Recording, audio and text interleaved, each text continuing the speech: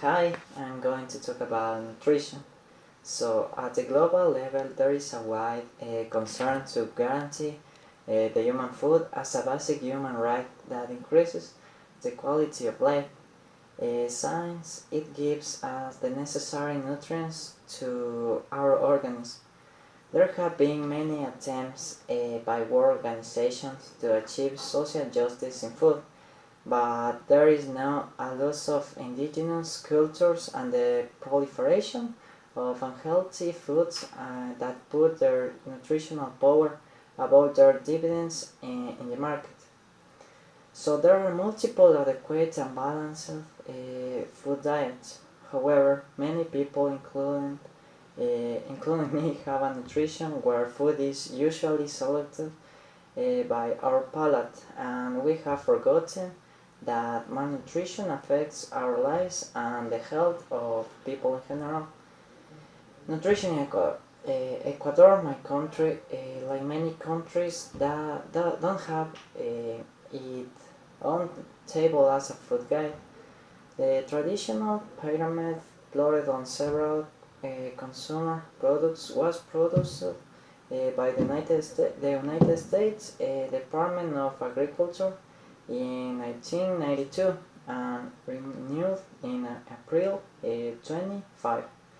For this reason, the Ministry of Public Health, together with the Ecuadorian Society of Food and Nutritional Science, is working on the elaboration of 5 pyramids that integrate food indigenous to the diet of Ecuadorians. Uh, so there are 3 pyramids that represent the balanced diet by region. For example, in the pyramid that represents the mountain range, which is the region where life is focused for adolescents and contains foods such as cassava, green, avocado, and grains. The table recommends that humans reduce the consumption of dairy products and oils and increase water consumption as well as a physical exercise. According to studies in my country, the excess weight is the second cause of the disease that attacks the children.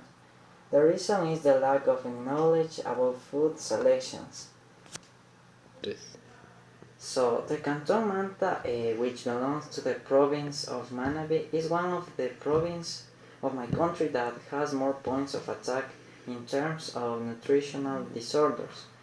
A good nutritional status indicates that an individual lives in equilibrium, meaning that their food intake is sufficient to recover their energy, protein, vitamin, and mineral expenditure, as it allows the integration of tissues and body systems, allowing the completion of all the proper functions of people, ensuring growth and development of children.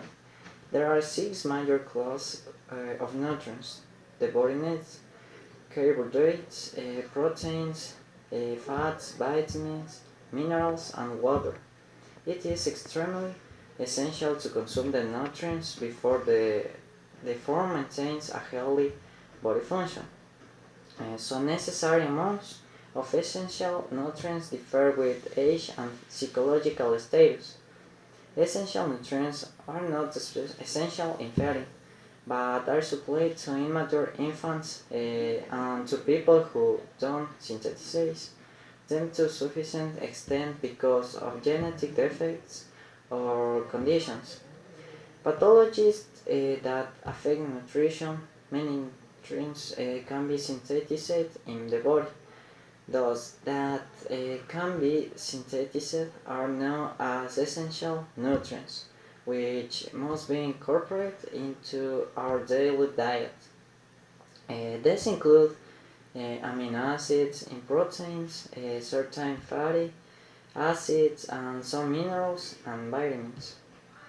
There are macronutrients and micronutrients.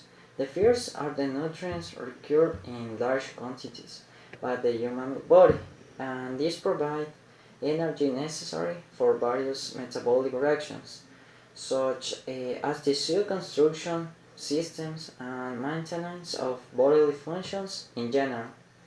And these include proteins, fat, carbohydrates, and some minerals are occur in large quantities. So the micronutrients, on the other hand, are the vitamins and minerals whose daily requirement is small but indispensable for the biochemical and metabolic processes of the organism and consequently for the proper functioning of the human body. So I conclude that food in most people isn't the most appropriate since we don't know what is the dish of good eating so that it serves us to go to the nutrition. Nor do we eat daily, much less know how to carry a proper diet of our food, as it is very important to have a good diet and good health. So thank you so much.